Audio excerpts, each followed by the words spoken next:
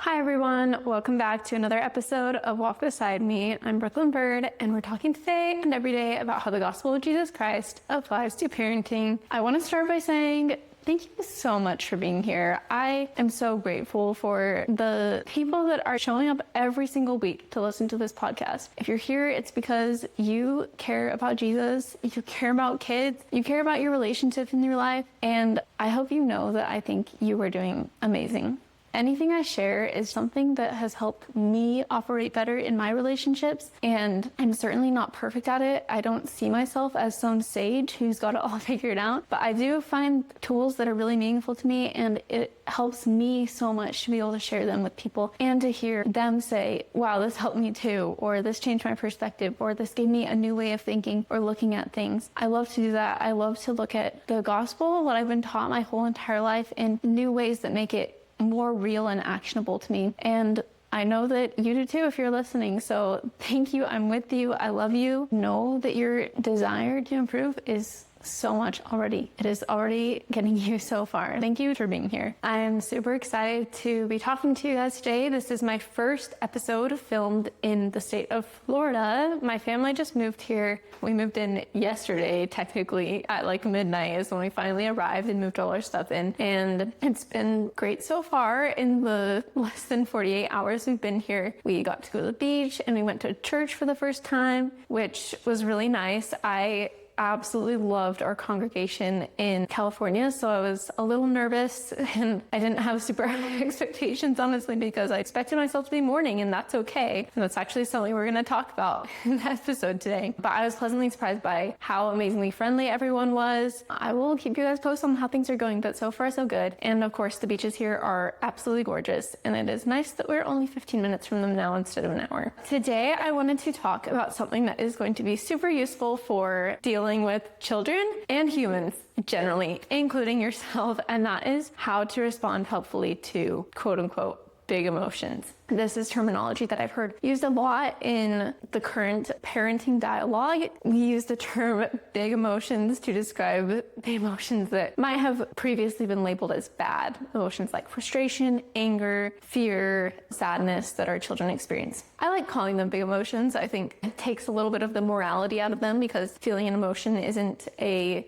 good or bad thing. It's just part of the human experience, and it's something to learn from. The tool that I'm going to present today to handle big emotions, whether it's in ourselves or in our children or people in general, is actually straight from the scriptures, and it is the baptismal covenant. It is part of the baptismal covenant that is presented in the book of Mosiah, in chapter 18 in the Book of Mormon, which is pretty cool. This part of the baptismal covenant is actually a really good formula for handling big emotions. Before we get to what that formula is, I wanted to talk about some more traditional ways of handling with big emotions. These might be ways that people handled our big emotions when we were little children, and they are still pretty common in parenting, even though I think there seems to be a shift away from these traditional ways of dealing with big emotions. They're still pretty common, and probably the reason why is simply that it's the way we were taught to when we were little, whether it's by our own parents or just by teachers, by adults in general. So this is our default dialogue that we have in our head. This is how we talk to ourselves when we have hard emotions. So it's how we talk to our children impulsively, without really being conscious of why we're saying what we're saying and what effect am I actually having on our children or on ourselves, and whether it's actually a helpful thing to say. Some phrases I can think of are, suck it up, don't be sad, you're fine, stop crying, it's time to be happy now, why are you so dramatic, it's not a big deal. Basically dismissing the emotion and assuming that our child doesn't have a good reason for feeling that emotion. Part of it is stemming from the parent's own fear of that emotion within themselves. They're not comfortable with that emotion inside themselves. They haven't learned a good way to handle it or respond to it yet. They've taught themselves to shut this emotion down their whole lives, and now by default that's what they teach their kids. Another way this shows up that's a little less obvious, and we think we're being helpful, but actually it's not the most helpful thing, is coming right out the gate with a fire hose of advice when someone's upset, telling them like, well, why don't you just do it this way? Or why don't you just think about it this way? Or, well, let's just solve your problem right now. So often when there are big emotions, that's not what the person needs.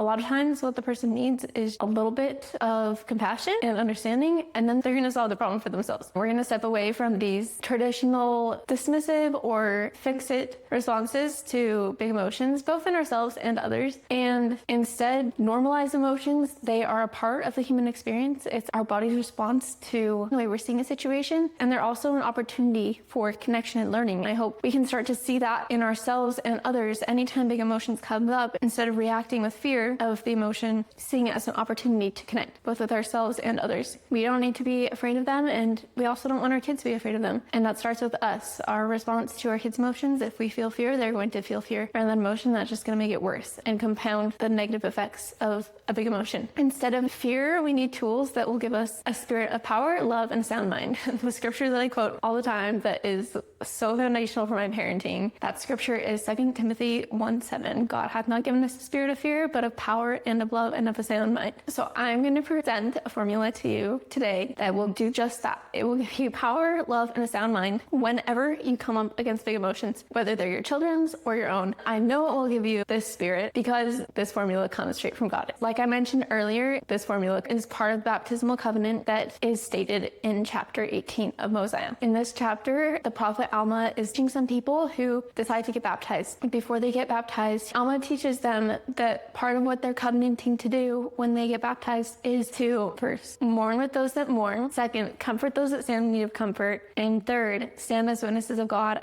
at all times and in all things and in all places. And he says if they desire to do these things, then they should get baptized, because that's what they're promising to do when they get baptized. Those 3 steps, I'm going to say it again. Mourn with those that mourn is number 1. Second, comfort those that stand in need of comfort. And third, stand as a witness of God at all times and in all things and in all places. And I think this is a beautiful formula for helping people when they have big emotions. So first, and this is probably the most important step, so I'm going to spend the most time on it, is to mourn with those that mourn. Basically, the way I see it is it means identify what someone's sad about and have understanding for their sadness. Communicate that understanding to them. You might think, well, what about if my child is angry or frustrated or scared? They're not mourning anything. They're not sad. When we think of mourning, we typically think of sadness. And it is true. It doesn't say anywhere in the scriptures, get angry with those that are angry. However, that doesn't mean that we can only help people who are visibly mourning, because actually, at the end of the day, any big emotion, whether it's frustration, anger, fear, all stem from a place of mourning. And in fact,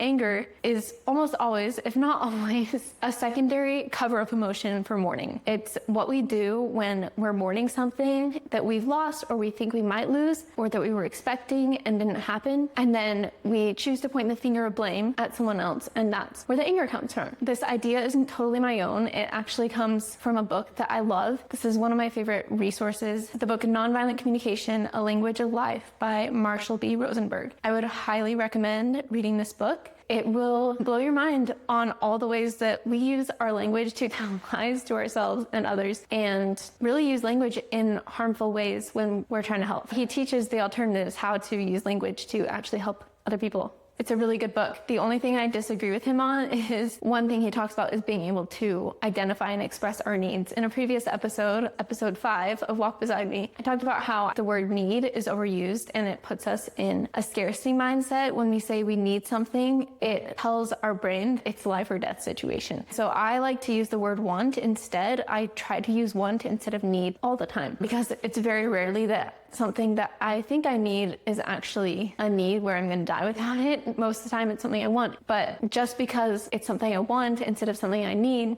that doesn't mean that it's less important. Desire is a beautiful thing, and God encourages us to have desire in the scriptures. He tells us over and over again to ask of him for the things that we want, and desire is spoken of very positively in the scriptures. So when I quote this book, I'm going to replace the word need with the word desire, because the word need can trigger this scarcity mindset in us, but the same principles apply. I think I'm talking about the same thing that Marshall Rosenberg is. That's the one word in this book that I would like to replace, is using desire instead of need, or want instead of need. So what Marshall Rosenberg teaches in this book is that anger is a secondary emotion. It's covering up what is actually happening underneath, which is mourning for something that we desire and don't have. He says, the first step in the process of fully expressing our anger is to realize that what other people do is never the cause of how we feel. So what is the cause of anger? Whenever we are angry, we are finding fault. We are choosing to play God by judging or blaming the other person for being wrong or deserving punishment. I would like to suggest that this is the cause of anger. Even if we are not initially conscious of it, the cause of anger is located in our own thinking. Rather than going up to our head to make a mental analysis of wrongness regarding someone, we can instead think about what desire is not being met in that situation. For example, if someone arrives late for an appointment and we want reassurance that she cares about us, we may feel hurt. If instead our desire is to spend time purposefully and constructively, we may feel frustrated. But if our desire is for 30 minutes of quiet solitude,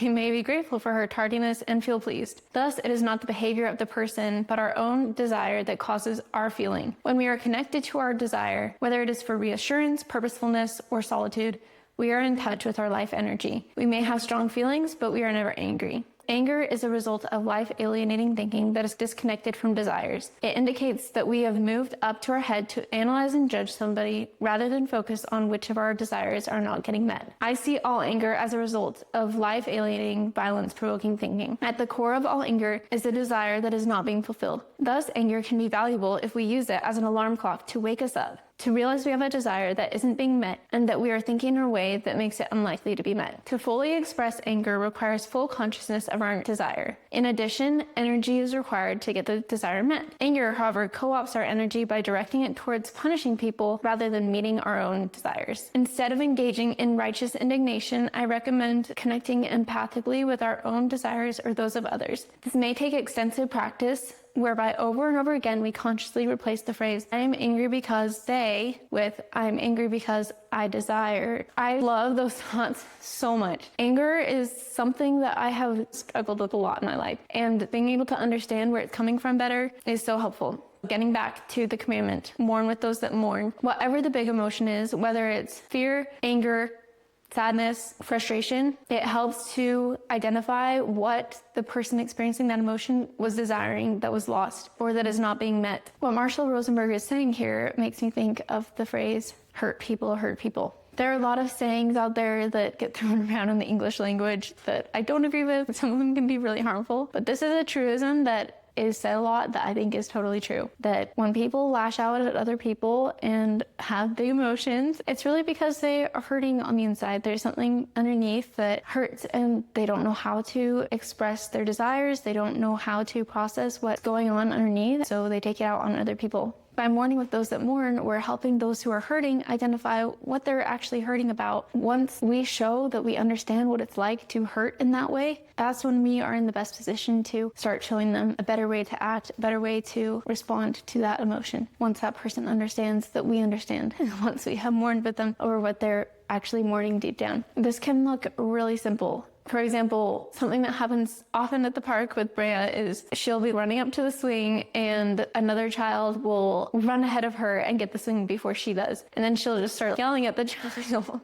She appears angry. Rather than telling her, Brea, stop yelling, or Brea, you can't yell at that person. Brea, calm down, it's not a big deal. It's really helpful for me to just identify what was her desire that was not met, and then mourn with those that mourn. Mourn with her over her desire that was not met. Even though she seems angry on the outside, deep down, she is just sad that she expected to go on a swing and then the opportunity vanished before her eyes and that desire was not met. And that's totally understandable. Sometimes all I have to do is get on her level and be like, oh man, you wanted to go on the swing, didn't you? Another kid got there first. And she's like, yeah. And then sometimes I don't need to say anything else. All she needs is for someone to come to her and say, I know what you're sad about. I'm aware of it and I care. And that's it. All I have to do is help her identify what she's mourning, what she's sad about, and show her that someone else is aware of it, that I'm aware of it, and she will move on. She'll turn around and run to the slide. I don't even have to say, let's go play on the slide instead, or go ask if you can have a turn. She doesn't even need me to tell her what to do. She can solve her own problem just from me mourning with her over the things she's mourning. And the mourning doesn't have to be like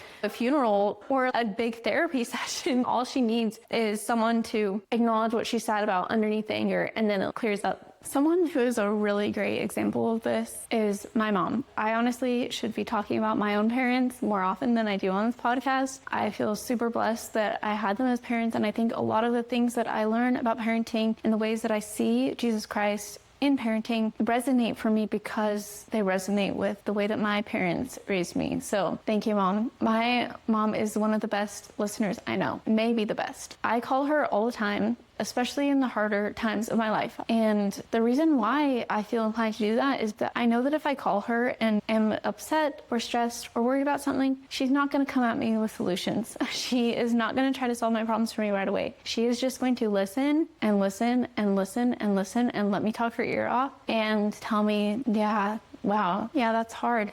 That's hard. Yeah, I've felt that before. Most of the time, that's all I need. She shows me that it's normal to feel that way. She's been there and she's survived it. And just having that comfort of knowing that she knows what it's like and she's been through it gives me the peace of mind that I need to start thinking about solutions. I don't need her to tell me the solutions. I just need to know that another human has been through something similar to what I've been going through. Another human has felt the big emotions that I'm feeling and has survived it. And it's turned out okay. It's by her listening and telling me that she understands what it's like. I'm usually able to, in the same phone call, also tell her, but here's what I think I should do about this. And I'll usually end up finding the solution while I'm still talking to her, even though she didn't try to tell me what to do. So thank you, Mom, for that. She's one of my most faithful listeners, so I know she's hearing this. And Mom, I love you so much. That is the first step in handling big emotions, whether it's your own or your child's. Mourn with those that mourn. Identify what desire is not being met, and then show compassion, show that you understand. The second step is comfort those that stand in need of comfort. The wording of this one is just sublime because it says, comfort those that stand in need of comfort. Like I mentioned with the story of Brea yelling at a child at the park, often when I do the mourn with those that mourn step, I don't even need to comfort her. She's figured it out on her own. When I read this verse, I think of comfort as advice. And there are times when people will stand in need of comfort or advice, but they're not going to be open to our advice or comfort unless we do that very first step of mourning with those that mourn. If I came at Brea immediately and told her, just go play on the slide instead, you don't need to go on swing. Sometimes that's not the most effective. A lot of times people just need to identify what they're mourning underneath and have someone feel it with them for a second before they're ready to take advice. And like this scripture suggests, sometimes once they've mourned a little bit and they've had someone to be with them in their mourning, they don't even need advice. They process the emotion and now they see clearly, okay, this is what I need to do to handle this situation. It's really powerful to comfort those that stand in need of comfort. Withhold our advice unless someone needs it,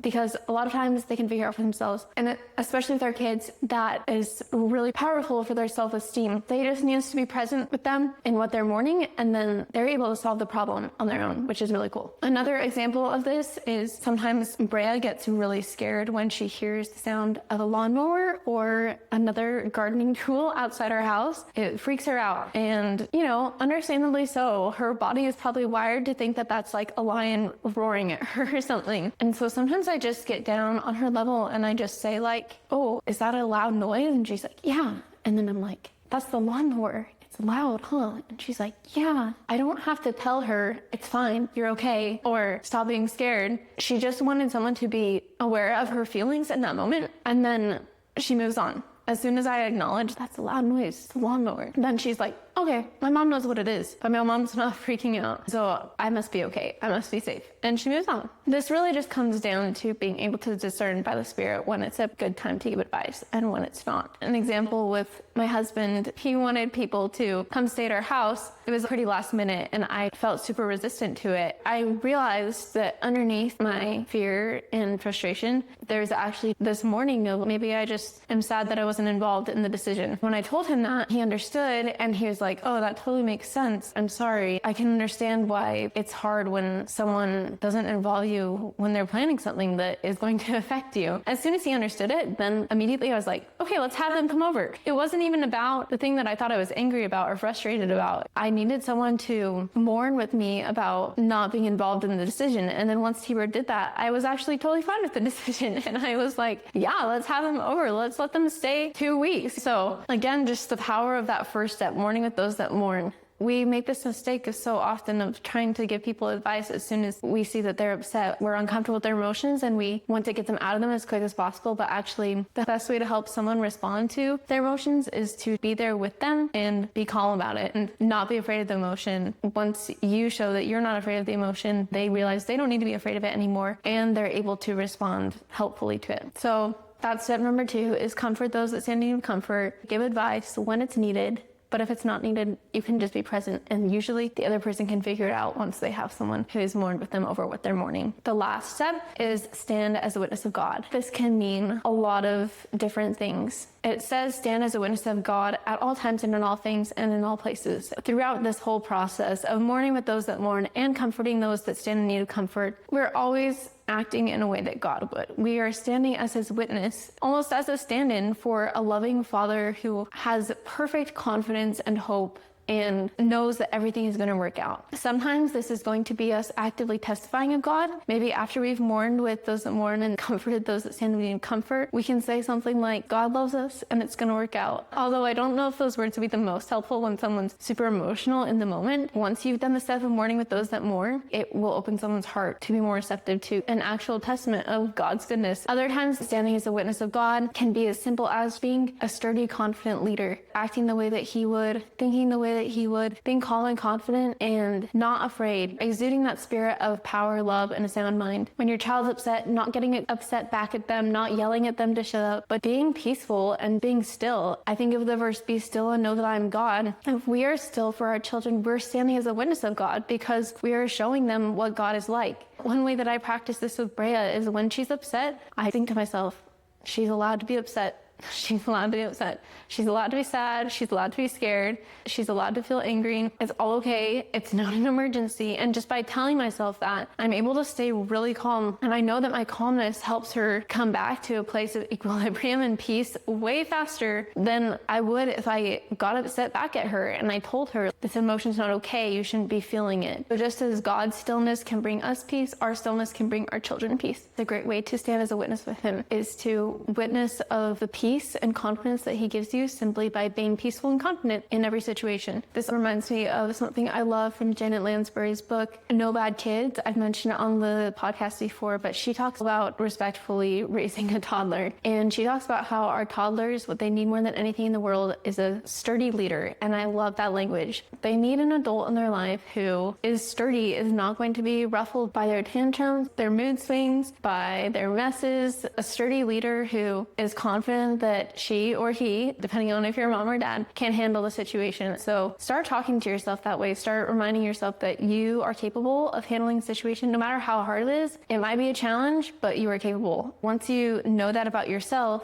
and you know that the best thing you can do in any situation is to be calm, then your children are going to have a way easier time getting back to calmness themselves. Something that I find to be so profound about these verses is the order that they're in. The fact that God asks us to first show compassion by mourning with those that mourn before we try to comfort or give advice. It makes me think of the saying, people don't care how much you know until they know how much you care. Our advice is going to fall flat, whether we're giving it to our children or even to ourselves or to someone else we love. It's going to fall flat if the person we're trying to help doesn't first know that we understand what they're going through. We understand what they are worried about. If we act as if the thing that they're worried or stressed about, that they shouldn't be stressed about it in the first place, they're not going to trust our advice because they're going to immediately think, this person doesn't understand what I'm concerned about. And if they don't fully understand it, why would I trust them to give me good advice? I think that's why God gives us these instructions in this order. That's why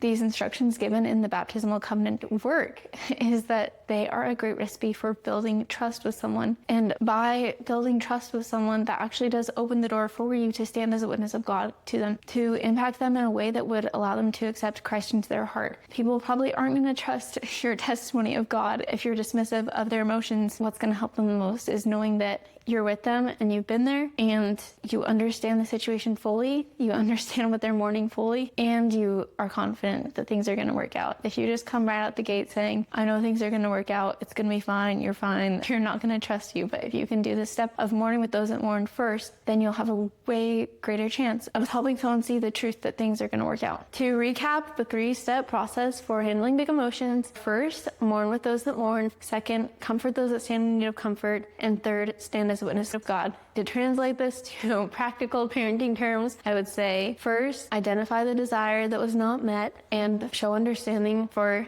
why your child might be sad about that desire not being met. Second, give advice where it's needed, and if there's no advice needed, try to discern that. Be silent and present and let your child figure it out, because a lot of the times they will once you have helped them mourn over their desire that was not met. And then third, be a sturdy leader. Be still, be calm, be confident. Exude a spirit of power, love, and a sound mind. By doing so, you are standing as a witness of God for your child. I hope the ideas I've expressed today resonate with you. I hope that as you listen to this podcast, that you're able to really see that Jesus Christ is in every single detail of our lives, and everything goes back to him and what he teaches, whether we realize it or not. I also hope that you feel more confidence in yourself, being able to handle your emotions, as crazy or wild or huge as they might sometimes feel, and also your child's. We really don't need to be afraid of them. We just need good tools to respond to them. And the tools that Mosiah 18 presents are super impactful, and I hope you feel that as well. Thanks for listening, everybody, and I will talk to you next week.